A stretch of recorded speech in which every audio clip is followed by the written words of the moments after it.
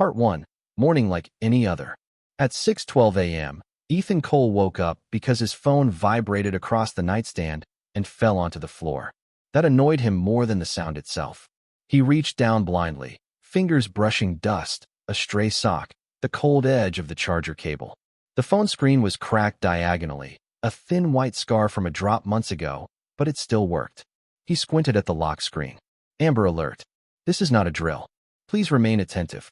Ethan frowned. He sat up in bed, rubbing his face with one hand, trying to clear the fog of sleep. Outside, the city was quiet in that early morning way. No traffic yet, no voices, just the distant hum of something mechanical, like an HVAC unit or a truck idling far away. He dismissed the alert without reading the rest. Amber alerts happened. Missing kids, custody disputes, things like that. Tragic, but common enough that they'd lost their power to shock. He told himself he'd read it later. He stood, stretched, and crossed the small apartment barefoot. The floor was cold. He flicked on the kitchen light and winced as it buzzed to life. Too bright, too fast. Coffee first. Always. As the kettle filled, he glanced at the calendar taped to the fridge. A handwritten note from weeks ago read, Tuesday, presentation, don't screw it up. That was today? Ethan exhaled slowly. 32 years old. Logistics analyst. No kids. No drama. A life built carefully to avoid surprises. That was how he liked it. Predictable commutes. Predictable deadlines. Predictable problems that could be solved with spreadsheets and emails. The kettle began to hiss. His phone buzzed again. This time, it wasn't just a vibration. It was a tone, low, urgent, unfamiliar. He picked it up. Emergency alert. Civil authorities have issued a warning. Please read immediately. Ethan froze. That wasn't normal. He tapped the notification. The text loaded slowly, as if the phone itself was struggling. Remain indoors if possible. Avoid public transportation until further notice. Do not approach emergency responders. Updates to follow. That was it. No explanation. No location. No time frame. Just remain indoors. The kettle began to whistle sharply, steam filling the kitchen. Ethan turned it off, his movements slower now, deliberate. A warning without details was worse than a warning with them. He checked the time again. 6:18 a.m. Outside, somewhere beyond the buildings, a siren wailed. Not the quick rise and fall of an ambulance. Not the long, steady cry of a fire truck. This one was different. It climbed, held, then dropped, then repeated, perfectly timed, like it was following a script. Ethan walked to the window. From the fourth floor, he could see the street below. Normally, by this hour, there would be early commuters, delivery vans, joggers with reflective vests. There was no one. A city street empty at dawn felt wrong in a way he couldn't quite explain. Cities were supposed to move. Even at night, something was always happening. Another siren joined the first. Then another. Different directions. Same rhythm. His phone buzzed again, this time a message from his sister. Lena, are you awake? He typed back quickly. Ethan. Yeah. What's going on? 3 dots appeared. Disappeared. Appeared again. Before she replied, the lights flickered. Once. Twice. Then steadied. Ethan's stomach tightened. Power flickers meant stress on the grid. Stress meant something big had happened, or was happening. His phone buzzed again, but this time it wasn't Lena. It was a group notification from his building's management. Resident notice. Please remain in your apartments until further notice. Building staff have been instructed not to allow entry or exit at this time. We will provide updates as soon as possible. Ethan stared at the screen. Not allow exit, he said aloud, his voice sounding strange in the quiet apartment. That wasn't a suggestion. That was an order. Another siren sounded, closer now. He could hear the echo bounce between buildings, like sound trapped in concrete. Then came something else. A low, distant rumble. Not thunder. Not a plane. Something heavier. His phone finally vibrated with Lena's reply. Lena, turn on the news. Now. Ethan moved to the living room and picked up the remote. His hands were slightly damp. He hadn't noticed himself sweating. The TV took longer than usual to power on. When it did, every channel showed the same thing. A wide shot of the city skyline. Smoke rising, not thick, not black, but pale and drifting, as if something had burned slowly, deliberately. At the bottom of the screen, a red banner scrolled continuously. Breaking news, unconfirmed incident, authorities urge calm. The anchor's face was composed, but his eyes kept flicking to something off camera, like he was listening to instructions that kept changing. "We are still gathering information," the anchor said carefully. "What we can tell you at this time is that multiple agencies are responding to an ongoing situation. Residents are advised to remain indoors and avoid unnecessary travel." Ethan leaned closer to the screen. "What situation?" he whispered. The anchor continued, voice steady but strained. "We ask that you do not speculate or spread unverified information on social media. Updates will be provided as soon as they are available." Behind the anchor, on a split screen, Ethan recognized a landmark near the river, an industrial district that handled freight and energy distribution. And just for a second, before the feed cut to a different angle, he saw something that made his breath catch. A line of vehicles, military vehicles, moving slowly through the streets. Ethan's phone buzzed again. This time, it wasn't a text. It was another alert. National emergency message. "This event is unprecedented." That was the exact wording. Unprecedented. Ethan sat down heavily on the couch.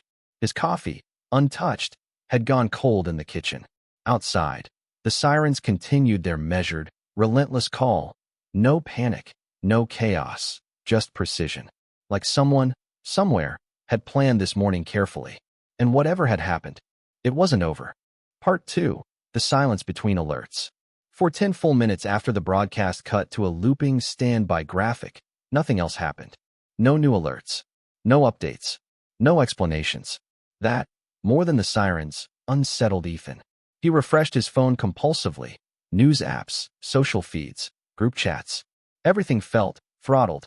Posts loaded slowly. Videos failed to play. Live streams froze after a few seconds, as if someone kept putting a hand over the lens. A message from his work Slack appeared and vanished before he could open it. The sirens outside stopped all at once. The sudden silence was so complete it rang in his ears. Ethan stood and returned to the window. Still no people. Still no traffic. A delivery truck sat abandoned at an angle in the right lane, its driver's door open like someone had stepped out and never come back. Across the street, a woman stood on her balcony, holding her phone out in front of her, recording. She looked small in her robe, hair uncombed, eyes wide. Ethan raised his hand slightly. "Asylum, are you seeing this too?" She nodded. Then she lowered her phone suddenly and stepped back inside, sliding the glass door shut with a finality that felt ominous. A loud thud echoed through the building. Ethan flinched. It came again, metal against metal, followed by raised voices in the hallway. He opened his apartment door a crack. Mrs. Donnelly from Forby stood near the stairwell, clutching her purse like a life vest. She was in her 70s, usually cheerful, always smelling faintly of lavender and toast. "They've locked it," she said to no one in particular. "They've locked the doors." A younger man, Ethan didn't know his name, just recognized him as the guy with the bike, was tugging at the stairwell handle. "It won't open," he said. "They welded something over the latch. I swear." Ethan stepped into the hallway. "What's going on?" The man shook his head. "I don't know, but I'm not staying here waiting for whatever this is." Another resident emerged, then another. Whispered questions filled the space, overlapping and nervous. From somewhere below, a voice called up through the stairwell. "Please return to your units." It wasn't the building manager. It was amplified. A slight echo gave it away. Ethan leaned over the railing and looked down. At the ground floor entrance stood 2 uniformed officers, and behind them, a third figure in a dark jacket with a patch Ethan didn't recognize. The jacket bore no name, no city insignia, just a small geometric symbol stitched over the left breast. "We are securing the building temporarily," the amplified voice continued. "This is for your safety. Please cooperate." "For safety from what?" someone shouted. The officer didn't answer. The man with the bike cursed under his breath. "This is illegal." "Sir," the voice said calmly, "return to your apartment." Ethan felt something shift inside him. This wasn't crowd control. This wasn't evacuation. This was containment.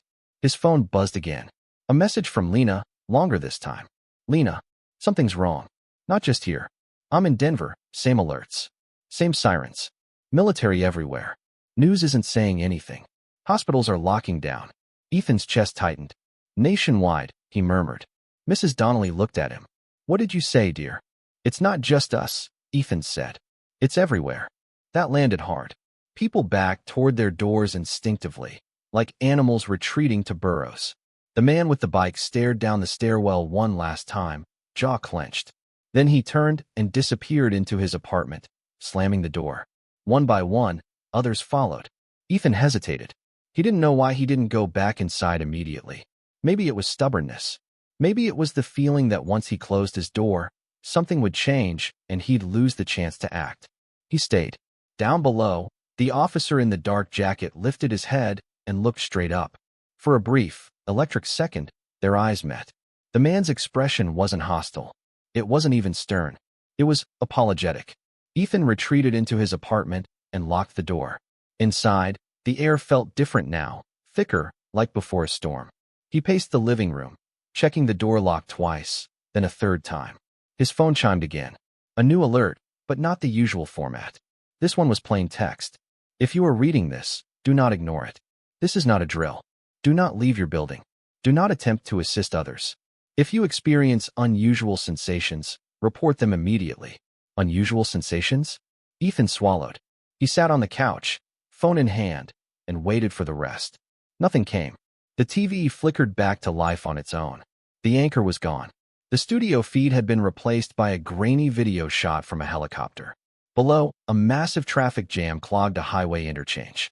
Cars sat motionless, doors open, belongings scattered across the asphalt. No people. The camera zoomed in on one vehicle near the center. Its windshield was shattered from the inside. The reporter's voice, shaky and unpolished, spoke over the footage.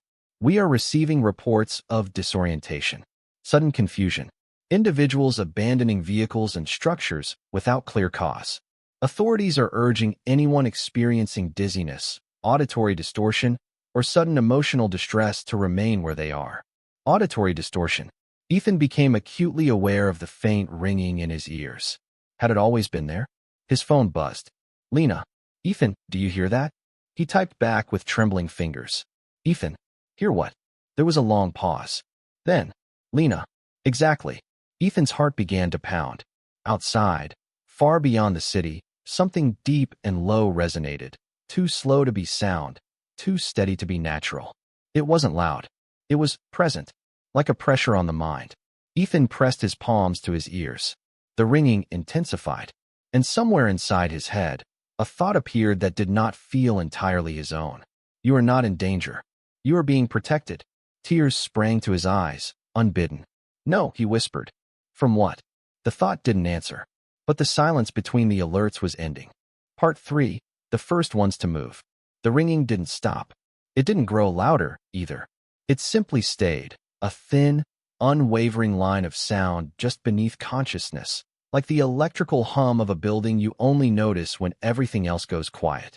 Ethan stood in the middle of his living room, breathing slowly, counting each inhale the way his therapist had once taught him after a panic attack years ago.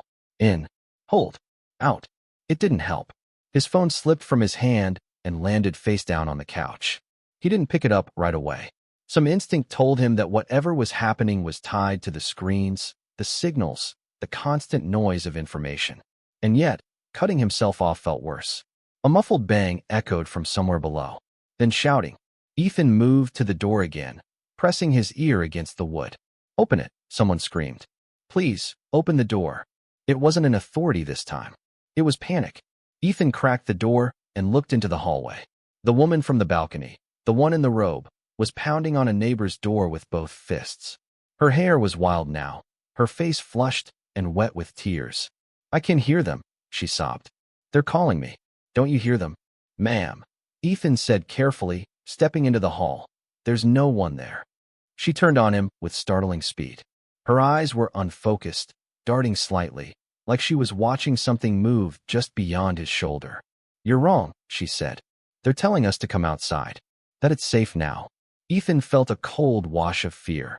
That's not what the alerts say, he replied. She laughed, a short, sharp sound. The alerts are lies. Doors opened up and down the hall. Faces appeared, wary, curious, frightened. A man in a hoodie leaned out. What's going on? She's hearing voices, someone whispered. The woman shook her head violently. No, I'm hearing clarity. For the first time in my life. She stepped toward the stairwell. Ethan moved without thinking and blocked her path. "Don't," he said. "Please." They said not to leave. She stared at him, and for a moment, something like pity crossed her face. "They didn't say that to me," she said softly. Then she screamed, not in fear, in release. She shoved him hard enough that he stumbled backward, and before anyone could react, she bolted down the stairs. "Wait!" Ethan shouted. The officers' voices rose below, sharp and commanding. "Stop! Stop right there!" The woman didn't slow. Ethan rushed to the railing. She reached the ground floor just as the officers moved to intercept her. And then, she stopped. Abruptly. Mid-step. Her body went rigid, as if every muscle had locked at once. She stood there, trembling, arms slightly raised, fingers curled. The officer in the dark jacket raised a hand. No one touched her. For several seconds, nothing happened. Then the woman collapsed. Not violently. Not like she'd been shot. She simply folded, as if the strings holding her up had been cut. A scream rose from somewhere above. Someone slammed their door. Ethan's legs gave out, and he sat heavily on the hallway floor. "What did you do to her?" someone shouted. The officer knelt beside the woman, checking her pulse. He spoke into a radio clipped to his collar, voice low and urgent. "We have another one," he said. "Fourth floor. Auditory compliance. Sudden. Auditory compliance." Ethan's phone buzzed against the couch inside his apartment, a muffled vibration that sounded too loud now. He crawled backward into his unit and slammed the door shut, locking it with shaking hands. His heart hammered against his ribs like it was trying to escape. Inside the apartment, the ringing in his ears shifted. It resolved. Suddenly, he could distinguish layers within it, frequencies overlapping, patterns repeating. It was no longer noise. It was structure. His phone chimed again. This time, it wasn't Lena. It was a message from an unknown number. "You are not responding to the signal. This is unusual." Ethan stared at the screen.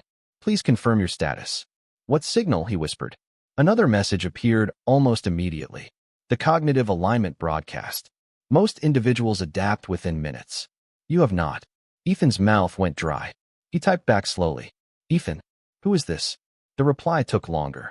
"We are tasked with preservation. Your neurological profile indicates resistance." "This is not a threat." "Resistance. Preservation." Ethan thought of the woman collapsing in the lobby. "You call that preservation?" he muttered. A knock sounded at his door. 3 sharp raps. He froze. Another knock. "Ethan Cole." A voice called from the hallway. "Please open the door." His blood ran cold. "How do you know my name?" he shouted. "Because you're on the list," the voice replied calmly. "And because you haven't responded." The ringing surged again, stronger now, pressing against his thoughts like a tide. He backed away from the door, shaking his head. "No," he whispered. "No, no, no." From outside, the voice softened. "You're not in trouble. In fact, you're rare." Rare. Ethan's phone lit up one last time. A message from Lena. "Lena, they're saying some people can't hear it. If that's you, don't trust them. Whatever you do, don't let them isolate you." The knocking resumed. Louder now. More insistent. "Ethan," the voice said, no longer using amplification. "We can help you understand what's happening." The walls seemed to vibrate gently, as if the building itself were listening. Ethan looked around his small apartment, his couch, his coffee mug, his life reduced to a few familiar shapes, and realized this moment was a hinge. Open the door, or disappear in place. Part 4. The shape of the signal. The knocking stopped. Not because Ethan opened the door, because something else interrupted it. A sharp, rising tone cut through the air, different from the ringing in his ears. This one came from outside, from the city itself. A warning siren, but faster, urgent, almost panicked. Ethan pressed his back to the wall and slid down until he was sitting on the floor, knees drawn to his chest. "Ethan Cole," the voice outside said again, but now it sounded distracted, pulled in multiple directions. "Please remain where you are." Remain. Always that word. The footsteps retreated down the hallway. He heard hurried voices, radios crackling, doors opening and closing. Then silence. The kind that makes you listen harder. Ethan waited a full minute before standing. His legs were weak, like he'd just run a long distance without moving at all. He picked up his phone. No new alerts. No service bars either, just a small crossed-out icon where the signal should have been. But the unknown number message thread was still open. "The broadcast has entered phase 2. Your building is no longer a priority. Ethan's breath caught. Ethan, phase 2 of what? Several seconds passed, long enough that he thought maybe the messages had been automated. Then, of mitigation. The signal was not meant for your species alone. Ethan laughed, a brittle, disbelieving sound. Of course, he said aloud. Why not? He moved to the window again. The street below was changing. Military vehicles still blocked the intersections, but now there were civilians, small clusters of them, standing in the open. They weren't panicked. They weren't even talking much. They were listening. Some stood with eyes closed, faces tilted slightly upward, as if enjoying sunlight on a warm day. Others smiled. The smile chilled Ethan more than fear would have. His phone buzzed weakly, service flickering back just enough for one message. From Lena. Lena. Ethan, I found something. An old paper. DARPA-funded, never published. It talks about large-scale neural entrainment using low-frequency carrier waves. Not sound. Not radio. Something in between. Ethan, what does it do? Her reply came in fragments, like the connection was struggling. Lena. Aligns emotional states. Reduces aggression. Suppresses panic. Induces compliance if tuned wrong. Compliance. Auditory compliance. The phrase snapped into place like a puzzle piece. Ethan, is it dangerous? There was a pause. Then, Lena, it depends on who's listening. Outside, one of the smiling civilians suddenly stepped forward. A man in his 40s, well-dressed, briefcase still in hand. He walked calmly toward a military barricade. A soldier raised his weapon, not aimed, just ready. The man stopped a few feet away and spoke. Ethan couldn't hear the words, but he saw the soldier's posture change. The weapon lowered. The man placed a hand on the hood of the military vehicle, leaned in, and spoke again. The soldier nodded, then reached up and removed his helmet. What are you saying to him? Ethan whispered. The answer came uninvited. We are offering relief. The thought slid into his mind smoothly, without force. Ethan staggered back from the window, heart racing. No, he said firmly. Get out. You are afraid because you are disconnected. The thought continued, calm and patient. Fear is inefficient. Fear keeps you alive, Ethan snapped. A new sensation bloomed behind his eyes, a pressure, like a hand pressing gently but insistently. Fear kept you divided, the voice corrected. We are preventing escalation. Images flooded his mind. Cities burning, crowds surging, borders collapsing, violence spreading faster than information could control it. Your species was approaching a threshold, the voice said. We intervened. By hijacking people's minds. By harmonizing them. Ethan fell to his knees. The ringing surged, nearly overwhelming now. You cannot stop the broadcast, the voice continued. You are an anomaly, not a solution. Through the haze, Ethan remembered something Lena had said years ago, half joking after a family argument. If everyone agrees too easily, that's when you should worry. He focused on that thought. On disagreement. On friction. On the messiness of being human. The pressure wavered. The voice hesitated. You are exerting resistance. Ethan smiled grimly through the pain. You said that already. His phone vibrated violently. A new message, marked priority. Individuals resistant to alignment must be relocated. For their own protection. Ethan staggered to his feet. Relocated men isolated. Contained. Removed. He looked around his apartment again. This time not as a refuge, but as a trap. The stairwell was locked. The windows were sealed. But there was one thing the voice didn't know. Ethan worked in logistics, and every building had weaknesses. He grabbed his jacket, his keys, and the old emergency flashlight from under the sink. As he reached the door, the voice returned, no longer calm. Do not leave. Ethan opened the door anyway. Part 5, The Ones Who Don't Hear. The hallway lights were off.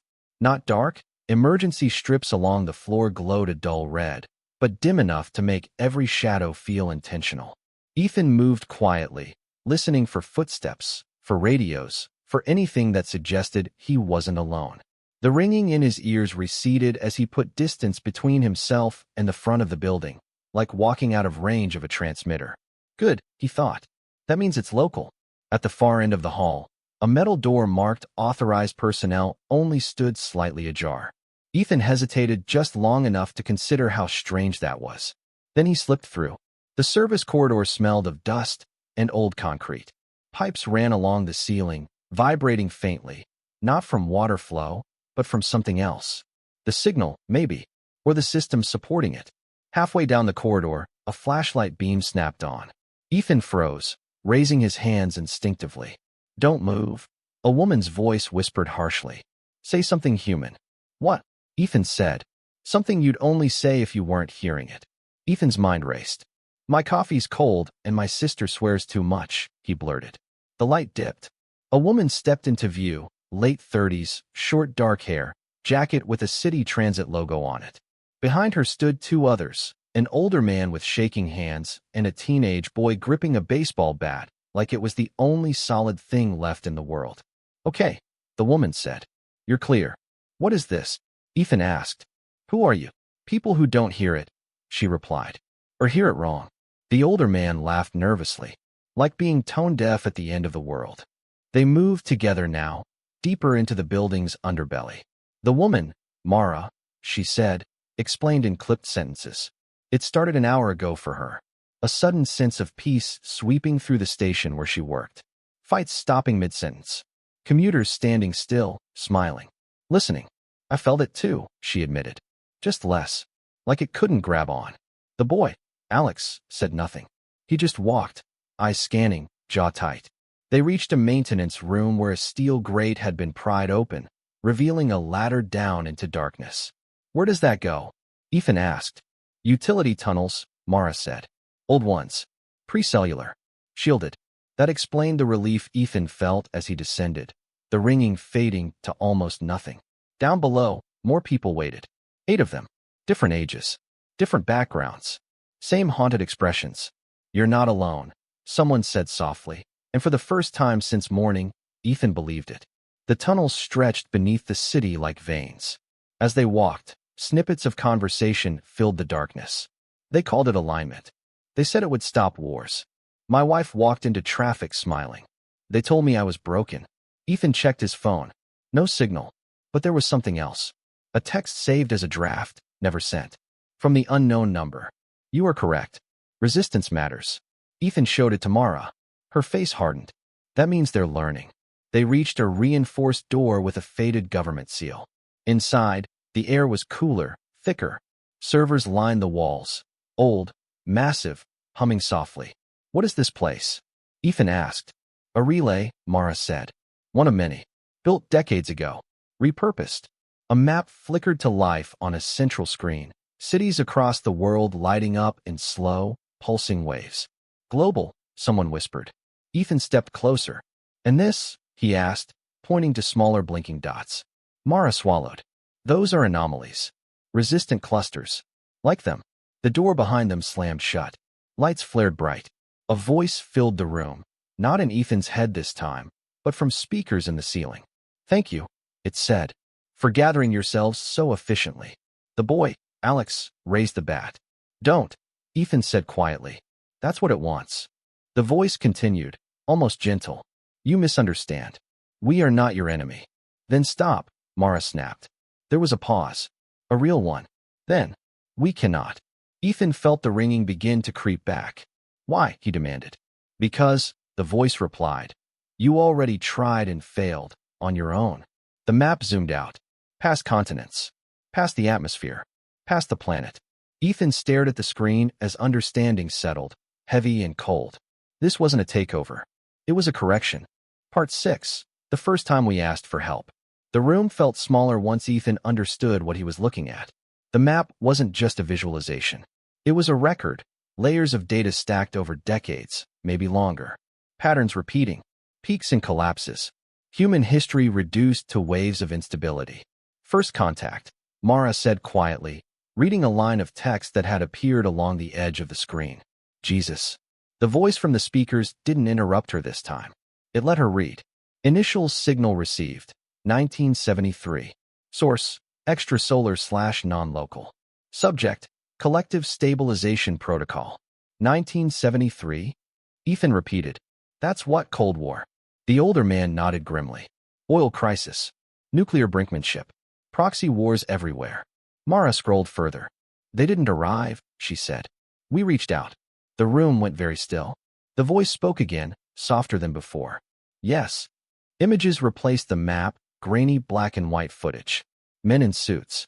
Rooms thick with cigarette smoke. Oscilloscopes, massive antennas, early computers filling entire halls. A subtitle appeared. Project Quiet Horizon. You were afraid of yourselves? The voice continued. You feared extinction by your own hands. You asked whether a species could be guided. Alex finally spoke. His voice cracked. And you said yes. We said eventually, the voice corrected. We warned you of the cost. Ethan clenched his fists. Which was? Autonomy, the voice replied. Not removed. Softened. Mara slammed her palm against the console. You don't get to decide that for us. You already did, the voice said gently. Your leaders did.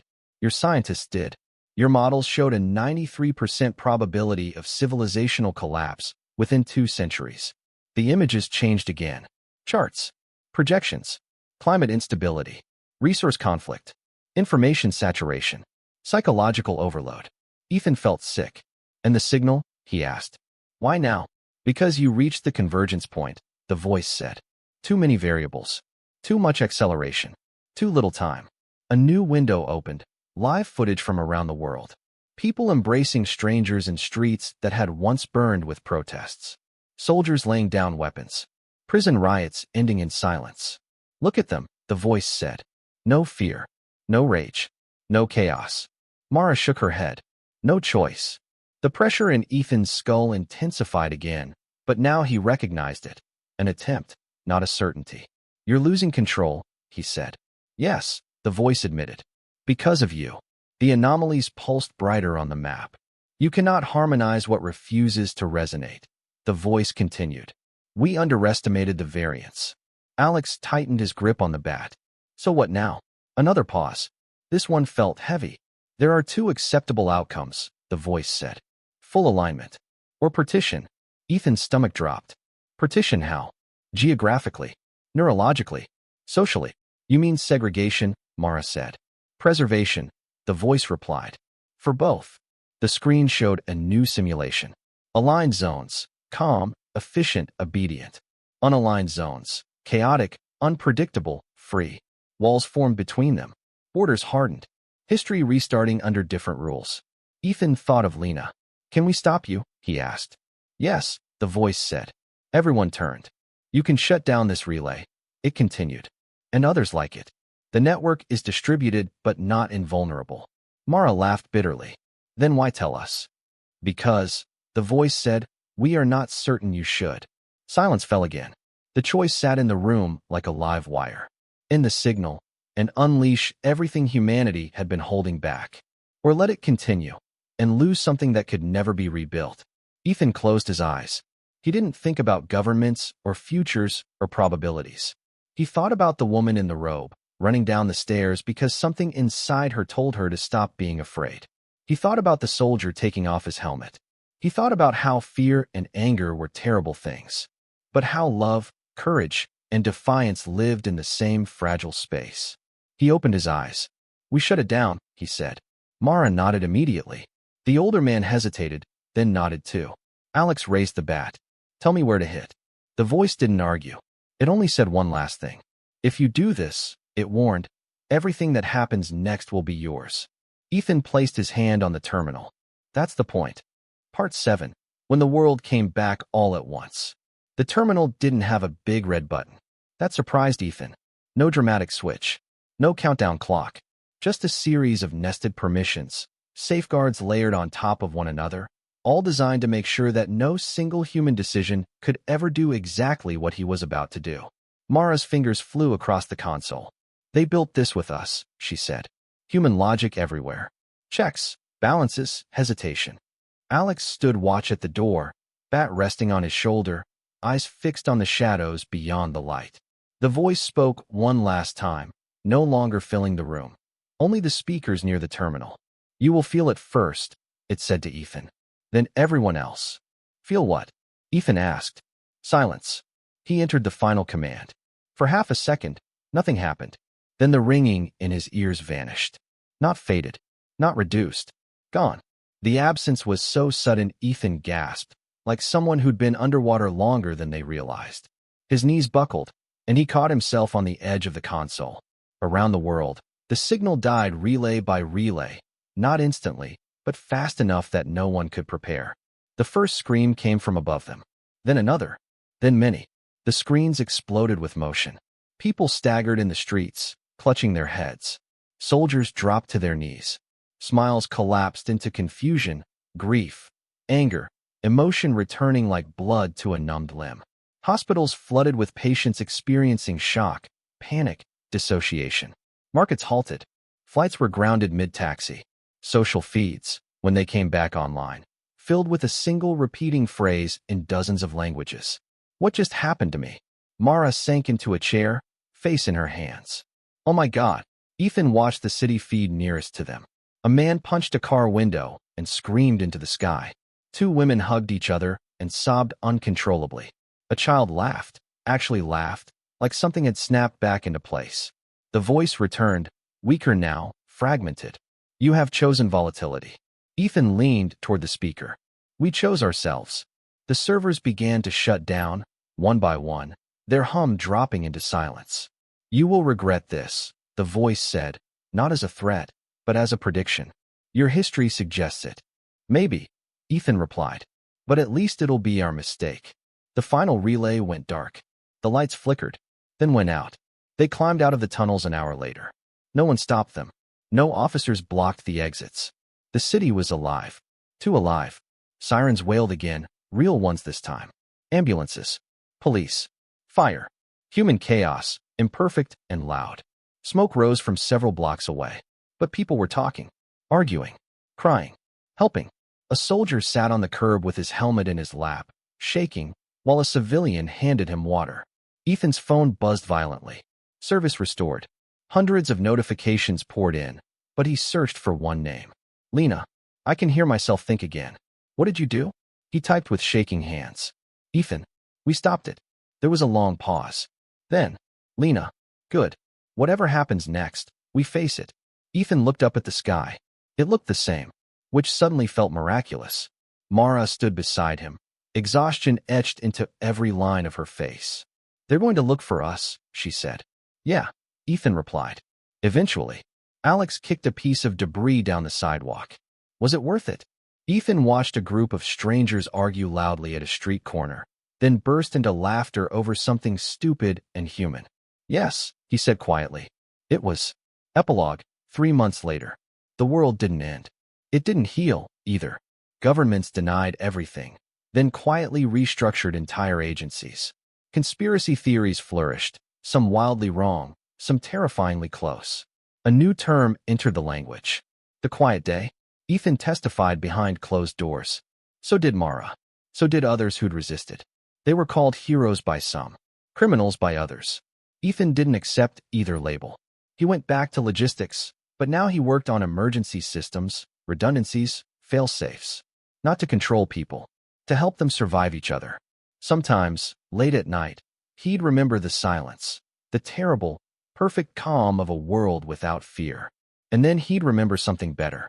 A world where courage mattered because it was hard, where choice existed because it could fail, where being human still meant something.